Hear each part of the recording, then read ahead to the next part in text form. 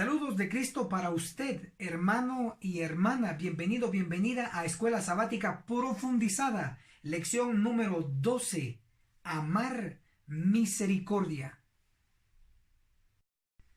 Nuestra primera sección de análisis se titula El cuarto elemento detonante de Miqueas 6:9. Haremos una breve comparación entre Mateo capítulo 23, el verso 23, con Miqueas capítulo 6, el verso 8. Mateo capítulo 23 se aplica directamente al pueblo judío. ¿Cómo lo sabemos? Al leer el capítulo entero de Mateo 23, encontramos que Cristo le habla al liderazgo judío y al pueblo judío. Pero, ¿cómo comprobamos que en Miqueas capítulo 6, el verso 8 se aplica a la iglesia adventista del séptimo día? El capítulo 6 aplicándose a la iglesia adventista. Para ello vamos a leer Miqueas capítulo 6, el verso 2, la última parte. Porque el Señor tiene pleito con su pueblo. ¿Qué dice el espíritu de profecía sobre este versículo? Para ello vamos a leer el libro Testimonios para los Ministros, el capítulo 14, Exhortaciones a la Verdad, página 375 y 376. Las asociaciones pueden depender de la asociación general para recibir luz, conocimiento y sabiduría, pero ¿es seguro que lo hagan? ¿Ha de ser el presidente de la asociación general el Dios del pueblo? Dejaos del hombre. El Señor tiene un pleito con su pueblo en este asunto. Tanto Miqueas capítulo 6, el verso 2 nos dice que Dios tiene un pleito con su pueblo, y el espíritu de profecía, el libro que fue escrito directamente para los pastores de la iglesia adventista, nos dice claramente que Dios tiene un pleito con su pueblo. Esto implica que Miqueas capítulo 6 está dirigido directamente al pueblo adventista del séptimo día, a nosotros. Sabiendo esto, podemos avanzar con la siguiente explicación. Mateo capítulo 23, el verso 23, tiene 3 puntos que Cristo mencionó. Número 1, justicia. Número 2, misericordia. Y número 3, la fe. Miqueas capítulo 6, el verso 8 también tiene 3 puntos. Número 1, hacer justicia. Número 2, amar misericordia. Y número 3, caminar humildemente ante Dios. Encontramos que el punto número 1 de este lado con el punto número 1 de este otro lado son sinónimos. Justicia, justicia. El punto número 2 de este lado y el punto número 2 de este otro lado son sinónimos. Misericordia, misericordia. El punto número 3 de este lado y el punto número 3 de este otro lado, acá es fe y acá es caminar humildemente ante Dios. Aparentemente no son sinónimos, no es lo mismo, pero en un análisis profundo encontramos que sí son sinónimos, de la siguiente manera. La palabra de Dios nos dice claramente que sin fe es imposible agradar a Dios. Eso implica que con fe se agrada a Dios. Con fe. Ahora, sabemos que el humilde también agrada a Dios, porque la palabra de Dios dice que el orgulloso para Dios es una abominación. Eso implica que el humilde también agrada a Dios. Entonces, el punto número 3 de este lado es fe. El que tiene fe agrada a Dios. Y el punto número 3 de este otro lado es humilde. El que camina humildemente ante Dios. Él agrada a Dios. Por lo tanto, en este punto encontramos la conexión. Podemos decir entonces que la fe es sinónimo de caminar humildemente ante Dios. Esto es perfección en el análisis final. Bien, ahora la pregunta es, ¿estamos obedeciendo lo que Dios pide en Miqueas 6:8? La respuesta como iglesia, como denominación, es que no lo estamos obedeciendo. Porque de lo contrario, Dios no nos pidiera hacer justicia si estuviéramos haciendo justicia. Entonces vamos a notar que la palabra clave del número 1 es justicia. El antónimo o lo contrario es injusticia, como está escrito acá. En el número 2, la palabra clave es misericordia. El antónimo o lo contrario es crueldad, como está acá. La palabra clave en el número 3 es humildad. Lo contrario o el antónimo es orgullo. Lo que el pueblo está practicando y estamos practicando son estos 3 puntos: injusticia, crueldad y orgullo. Por eso Dios nos pide que hagamos lo contrario, que hagamos justicia, que hagamos misericordia y seamos humildes. Pero vamos a ver que en el número 1, como pueblo, hacemos injusticia de la siguiente manera. Abra su Biblia. En Isaías, el capítulo 66, el verso 5, se menciona de un pueblo de hermanos que tiemblan o respetan la palabra de Dios. Dice: vuestros hermanos que os aborrecen y os echan por causa de mi nombre. 2 puntos. Por respetar la palabra, los hermanos los aborrecen. Eso es injusticia. Por respetar la palabra, los hermanos los echan, los expulsan de las iglesias. ¿Acaso usted no ha sido testigo de algún caso como ello? Yo sí lo he sido. Yo sí he visto eso. Lo hemos comprobado. Por lo tanto, todo eso es injusticia. Ahora veamos en el punto número 2, crueldad. ¿Cómo se comete crueldad? Para ello vamos a ir a Isaías, el capítulo 3, el versículo 14. Nos dice claramente que Dios hará juicio contra los ancianos, contra los pastores, contra el liderazgo. Porque el despojo del pobre, ojo, pobre, el despojo del pobre está en su casa. ¿En la casa de dónde? De los pastores y de los ancianos. Lo dice la Biblia, no lo digo yo. Por favor, lea su Biblia. De esa manera se comete el punto número 2, crueldad, despojando al pobre. Que recolección, que fondos de inversión, que este dinero, que este otro, que para la radio, que todo, sacándole al pobre. Y los que están en la élite, los que están hasta arriba, en la cumbre, disfrutando.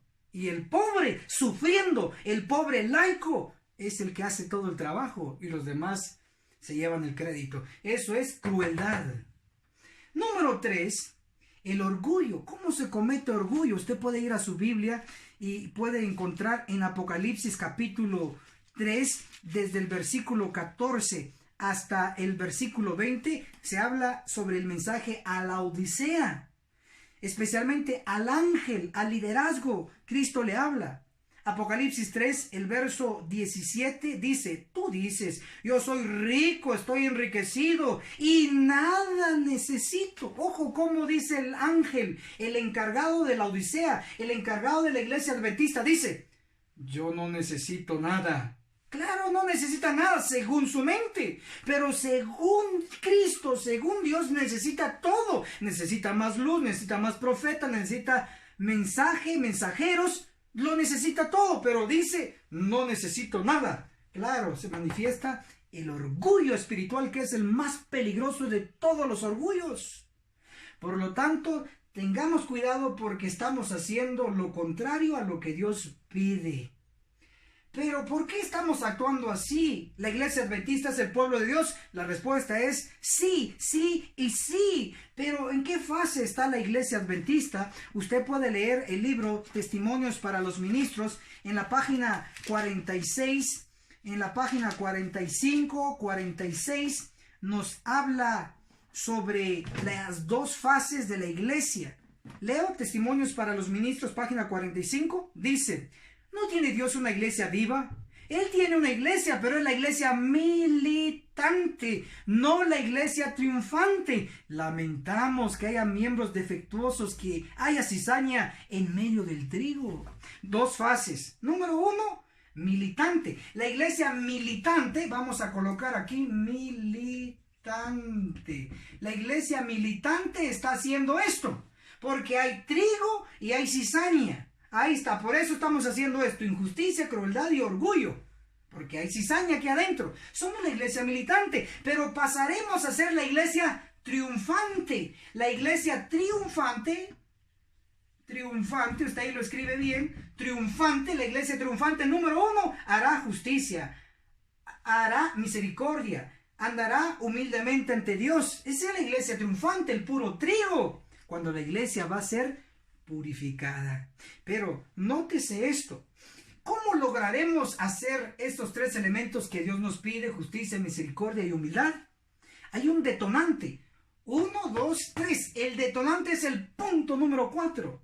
Estos 3 puntos aparecen en Miqueas capítulo 6, el verso 8.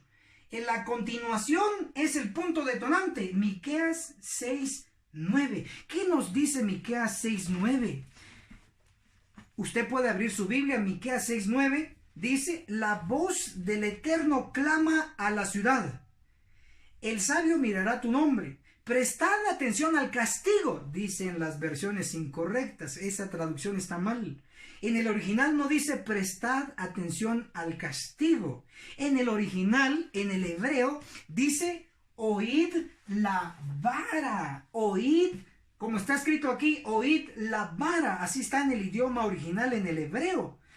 La Biblia, la King James, la que utilizó Elena de White para escribir sus libros inspirados, El Espíritu de Profecía, la versión King James en inglés, en Miqueas 6:9, dice claramente vara, rod, dice vara, rod. Usted compruébelo. Oír la vara, dice la versión que usó Elena de White. Y hay una versión en español para los que no saben inglés o no sabemos inglés. Podemos comprobarlo con la Reina Valera Gómez 2010. Esta es una versión que el doctor Gómez revisó y comparó con la versión King James en inglés. Básicamente esta es la versión más cercana a la versión que usó Elena de White en español. Reina Valera Gómez 2010. Y aquí dice claramente, Miqueas 6:9, oíd la vara y a quién lo establece. Compruébelo usted. También lo puede ver en la Reina Valera versión antigua, también la del año 1909, Reina Valera antigua. Dice Miqueas 6:9, oíd la vara y a quién lo establece. Tenemos estos elementos que nos menciona Miqueas capítulo 6, el verso 8, hacer justicia, misericordia y humildemente. Pero el elemento detonante que falta para hacer esto es Miqueas 6:9, oíd la vara. Ese es el elemento detonante. Una vara que habla, pero por favor, sí, una vara que habla. Pero ni siquiera la vara de Moisés habló, y eso que era poderosa. Pero este no es un elemento como la vara de Moisés, una madera, sino que este es un mensaje que nos habla. Por eso dice oíd la vara. ¿Qué es la vara? Para ello podemos ir a Isaías 11, el verso 4. Abra su Biblia, por favor, usted compruébelo. Isaías, el capítulo 11, el versículo 4, dice, hablando de Cristo, la última parte: herirá la tierra con la vara de su boca. ¿Qué es lo que sale de la boca del Señor? Dice la vara de su boca. O sea, de su boca sale la vara. Lo que realmente sale de la boca del Señor es su palabra. Por lo tanto, la vara es la palabra de Dios saliendo de su propia boca. Interesante. Entonces, cuando dice hacer justicia, amar misericordia, andar humildemente, lo que necesitamos escuchar es la vara. ¿Y qué es la vara? La palabra de Dios. Pero profundicemos un poco esta frase: la vara, palabra de Dios. Para ello podemos analizar Isaías, el capítulo 8, el verso 20, muy conocido por nuestro medio, donde dice: a la ley y al testimonio, si no dijeren conforme a esto, dice las versiones mal traducidas, debe decir así: a la ley y al testimonio, si no dijeren como esta palabra. Si su versión dice como esto, está mal. debe decir como esta palabra. Así está escrito en el original hebreo y así está corroborado con la versión que usó Elena de White, King James en inglés. Dice, a la ley y al testimonio si no hablan conforme a esta palabra. ¿Qué es lo que está indicando? Que la ley y el testimonio son palabra de Dios.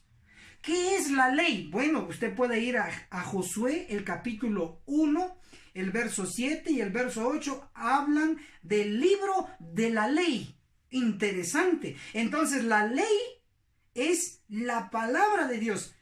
Es decir, la Biblia. La ley es la Santa Biblia, el libro de la ley. Ahora, ¿qué es el testimonio?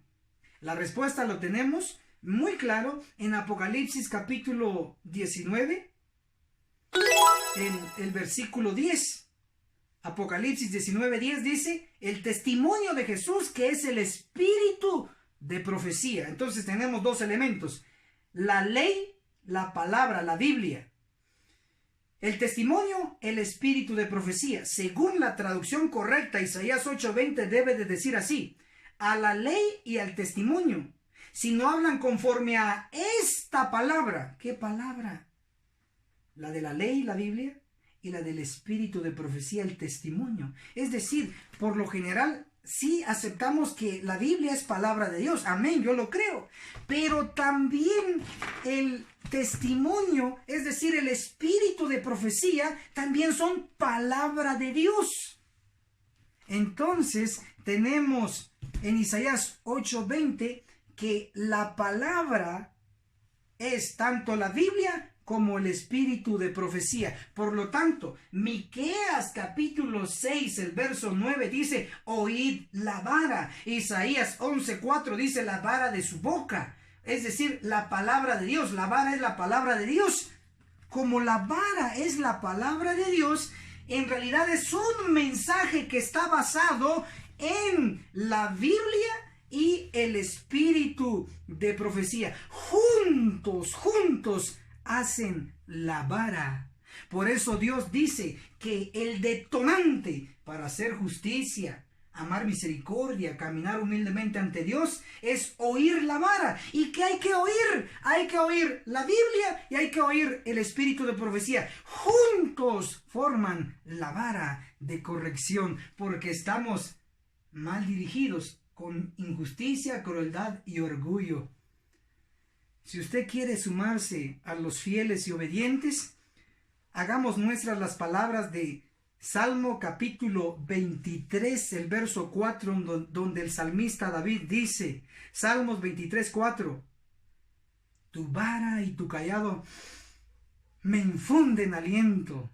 Pero Salmos 23, el verso 6 dice después a los que escuchen la vara, Salmos 23:6, ciertamente el bien y la misericordia me seguirán todos los días de mi vida. Escuchemos la vara, el mensaje de Dios para la iglesia adventista del séptimo día. Amén. Nuestra segunda sección de análisis se titula El trono de misericordia. Para entender este tópico debemos analizar brevemente el santuario terrenal y el santuario celestial. De acuerdo a Hebreos capítulo 9, estaba dividido en lugar santo y lugar santísimo. El lugar santísimo era exclusivo para confesar los pecados. Eso se puede comprobar con el libro Patriarcas y Profetas en el capítulo 30, el tabernáculo y sus servicios, en la página 366.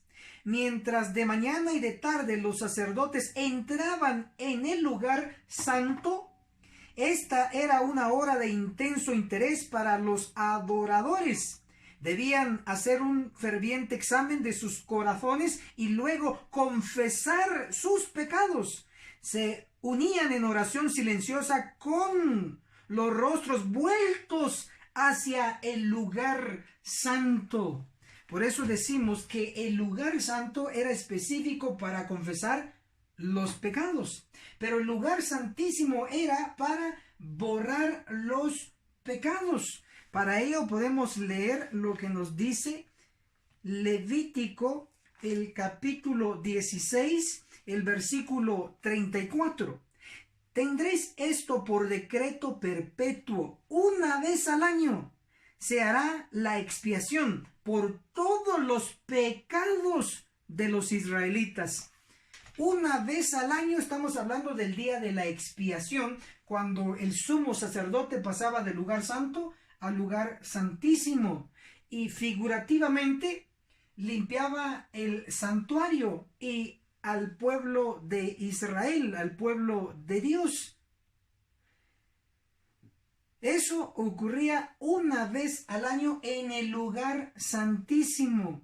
También el libro El conflicto de los siglos, en el capítulo 29, titulado El juicio investigador, en la página 539 dice: en vista de que los muertos han de ser juzgados según las cosas escritas en los libros, es imposible que los pecados de los hombres sean borrados antes del fin del juicio en que sus vidas han de ser examinadas. ¿Qué es lo que dice esta cita? Está diciendo de que cuando uno confiesa sus pecados y uno se aparta de sus pecados, los pecados allá en el cielo, en los registros, no son borrados. Lo que ocurre es que cuando uno confiesa sus pecados y se arrepiente de esos pecados, a la par de ese pecado aparece perdonado. Pero no son borrados inmediatamente, hasta después de que cada caso nuestro en este análisis, el juicio de los muertos, desde el 22 de octubre de 1844 hasta la fecha, se ha estado realizando. Todos esos casos que se han estado realizando, según su turno, así han sido borrados los pecados de los que se arrepintieron y abandonaron el pecado. Eso es lo que se está haciendo en el cielo, borrando pecados en el lugar santísimo, pero según su turno. En el caso de los vivos, nosotros aún no hemos entrado en ese proceso, porque después de que termine el juicio de los muertos, iniciará el juicio de los vivos, y eso está registrado a grande escala en Ezequiel capítulo 9, que aquí en la tierra habrá una purificación de la iglesia. Los impíos en la iglesia serán cortados, literalmente caerán muertos por espada de ángeles. Pero debe de tener usted en cuenta, debemos captar de que ahora allá en el cielo, en nuestros registros, solamente aparece perdonado frente a nuestro pecado si nos hemos arrepentido, pero aún no están borrados hasta que nuestros casos pasen en turno en el juicio investigador. Bien, dicho esto, ahora vamos a analizar que en el lugar santísimo estaba un único mueble que era el arca del pacto. Y lo que cubría el arca del pacto se le llama el propiciatorio. Vamos a analizar este punto porque ahí sobre el propiciatorio se posaba, se sentaba la Shekinah, o sea, la presencia de Dios, la presencia divina. Para ello vamos a ir a Éxodo, el capítulo 25, acompáñeme, Éxodo 25, el verso 22. Y desde allí me declararé a ti, desde el propiciatorio, de entre los dos querubines que estarán sobre el arca del testimonio. Nótese, estaba el arca y la tapadera, es llamado acá el propiciatorio, y habían también los querubines. Estaban los querubines y el propiciatorio, donde se iba a manifestar Dios. Entre los querubines y sobre el propiciatorio, ahí es donde se manifestaba la Shekinah, la presencia divina. Ahora, analizando a profundidad Éxodo 25, el verso 22, donde dice, desde el propiciatorio. El propiciatorio en el inglés, en la versión King James, corrobórelo, revíselo, Éxodo 25, el verso 22, en inglés, ahí dice, en lugar del propiciatorio, dice, mercy seat, mercy seat, mercy es misericordia, seat es asiento, por lo tanto, en lugar de propiciatorio, en la versión King James, la versión que usaba Elena de White, en lugar de decir propiciatorio, dice mercy seat, que traducido directamente sería el asiento de la misericordia. Es decir, lo que nosotros conocemos en español como el propiciatorio, en inglés se conoce como el asiento de la misericordia. El asiento es una silla, y si es una silla es un trono. En cualquier lugar donde Dios se sienta es su trono. Por lo tanto, es, de acuerdo a la Escritura, sobre el propiciatorio o sobre el asiento de la misericordia, donde se posaba, donde se sentaba la Shekinah, la presencia de Dios. Y es ahí donde viene el tema nuestro, el trono de la misericordia. Porque si es un asiento de misericordia, muy bien le podemos llamar el trono de la misericordia. Podemos leer lo que dice el espíritu de profecía también en Patriarcas y Profetas. Patriarcas y Profetas en el capítulo 30, el tabernáculo y sus servicios. En la página 360 nos dice, encima del propiciatorio estaba la Shekinah, o manifestación de la divina presencia. Es interesante que tanto en la Biblia se menciona el propiciatorio, en el Espíritu de Profecía se menciona el propiciatorio en español. Pero tanto en la Biblia, el propiciatorio en inglés aparece como mercy seat, que traducido es el asiento o la silla o el trono de la misericordia. Tanto en la Biblia como en inglés. Recuérdese que los escritos de Elena de White originalmente están en inglés. Y ella en Patriarcas y Profetas, el capítulo 30, el tabernáculo y sus servicios, en la página 360, que está en español, pero en inglés está en la página 349. Ella, en lugar de decir propiciatorio, dice mercy seat, es decir, la silla de la misericordia, el trono de la misericordia. Lo que nosotros le llamamos el propiciatorio, en inglés se le llama el trono, la silla de la misericordia, donde se manifestaba y se sentaba la Shekinah. Eso ocurría en el santuario terrenal con los israelitas. ¿Y por qué se llama el trono de la misericordia? Porque era en el santuario, en el lugar santísimo donde estaba el arca del pacto y la tapadera del arca, que hemos visto y hemos comprobado que se le llama el trono de la misericordia. Allí en la tapadera del arca era donde se manifestaba la Shekinah, la presencia divina. Y es allí donde se mezclaba la justicia y la misericordia, porque dentro del arca estaban los 10 mandamientos, la ley que exige y exigía nuestra muerte. Y el propiciatorio o el trono de la misericordia es donde se perdonan los pecados. Por lo tanto, ahí había una mezcla de justicia y misericordia. Pero resaltamos ahora el trono de la misericordia en el lugar santísimo. Ahora, ¿cuál es el trono de la misericordia en el santuario celestial? Para ello le vamos a invitar a que nos acompañe a Apocalipsis capítulo 4. El versículo 2 dice: al instante fui en espíritu y vi un trono en el cielo y uno sentado sobre él. ¿Dónde está ubicado este trono? Vamos a leer Apocalipsis 4, el versículo 5. Ante el trono ardían 7 lámparas de fuego. Ojo, número 1, este trono está en el cielo. Número 2, frente al trono ardían 7 lámparas. 7 lámparas forman un candelero. Y el candelero era parte de los muebles del santuario. Por lo tanto, este trono de Apocalipsis 4 está dentro del santuario celestial. Dice que se sienta uno. ¿Quién es el que se sienta? Para ello podemos leer Daniel capítulo 7, el verso 9. Ahí claramente nos dice: mientras yo miraba, fueron puestos tronos y un anciano de muchos días se sentó. Verso 10, un río de fuego salía delante de él.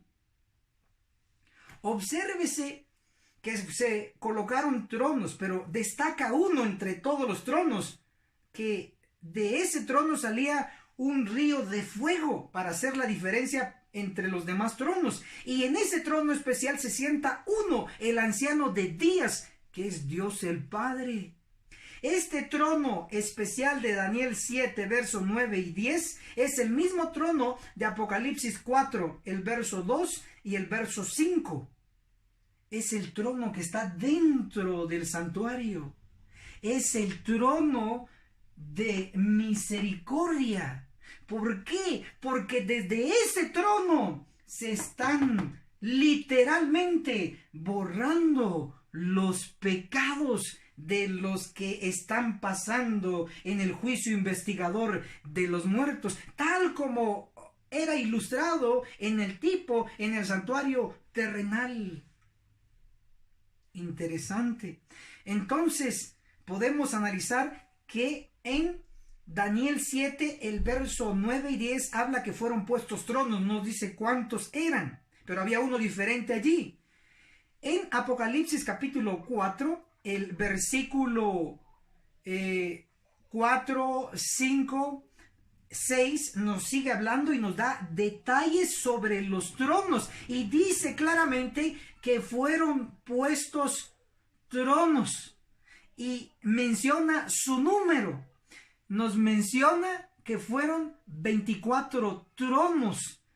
Por lo tanto, si sumamos 24 tronos más el trono de la misericordia, hace un total de 25 tronos. Esos 25 tronos están dentro del santuario, pero los 25 tronos no son tronos de misericordia. Solo hay un trono de misericordia. Es el trono donde se sienta el anciano de días, Dios el Padre. Y es allí donde literalmente se están borrando los pecados de aquellos que están pasando en su turno en el juicio investigador de los muertos. Ahora, la misericordia ¿existe ahora? Sí. ¿Hay un trono de misericordia? Sí. ¿Donde podemos acercarnos para alcanzar oportuno socorro? Sí. Pero pronto, muy pronto, se terminará el juicio de los muertos y empezará el juicio de los vivos. Y cuando empiece el juicio de los vivos, está bien claro en Ezequiel capítulo 9, el versículo 5, y a los otros les dijo: pasad en pos de él y matad sin lástima, dice, sin lástima ni compasión, dice algunas versiones, pero en el original dice: matad sin misericordia. Matad sin misericordia. ¿Se va a acabar el tiempo de la misericordia para la iglesia, para el pueblo de Dios? Sí, para nosotros los vivos, porque estamos rebasando los límites. Por eso se da la orden a los ángeles: matad sin misericordia. Léase Ezequiel capítulo 9, el verso 5. ¿Y a quiénes van a matar estos ángeles? Con sus espadas. Ezequiel 9, el verso 6. Matad viejos, jóvenes, vírgenes, niños y mujeres. 5 categorías eliminados sin misericordia por 5 ángeles. Es interesante que cuando Dios da una orden se cumple. Ojo, Dios en Oseas el capítulo 1, el verso 7, dijo: y pronosticó y profetizó. Oseas capítulo 1, el verso 7. Y de la casa de Judá tendré misericordia, y no los salvaré con arco, no los salvaré con caballos, no con caballeros, no con batalla, sino que los salvaré por medio del Eterno su Dios. Ojo, interesante, Dios prometió a la casa de Judá que los iba a salvar y que iba a tener misericordia de esa casa, de ese reino. Impresionantemente, la palabra de Dios se cumplió al pie de la letra. Cuando uno lee Segunda de Reyes, el capítulo 19, el verso 35, donde el ejército asirio iba rumbo para la casa de Israel, iba rumbo para la casa de Judá, iba rumbo al reino de Judá a destruirlo. Dios interviene porque había prometido que iba a tener misericordia de la casa de Judá. Y no los libró con espada, ni con ejército, ni con caballos, ni con caballeros, ni con batalla, sino que los libró con el ángel del Eterno. Y un solo ángel mató 185,000 asirios, y en la mañana siguiente habían solo cadáveres. Dios dijo: y tendré misericordia de la casa del reino de Judá, y lo tuvo, tal como él dijo. Intervención divina, así ocurrió. Si Dios dijo que iba a tener misericordia y lo tuvo, implica que cuando está diciendo en Ezequiel capítulo 9, el verso 5, le dice y ordena a sus 5 ángeles: matad sin misericordia, implica que eso también se va a cumplir al pie de la letra en el pueblo de Dios.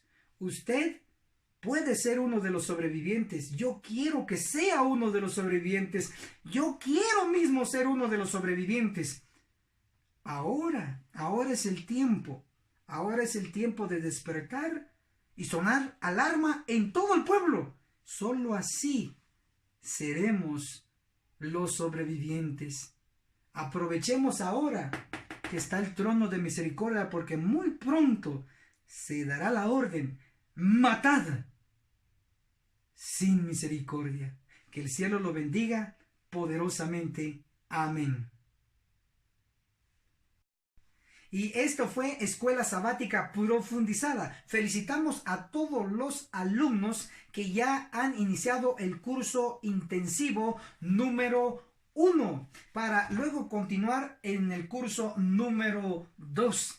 Varios ya están por terminar el curso, otros van por la mitad, pero lo importante es que ya han iniciado y van por buen camino. Los felicitamos.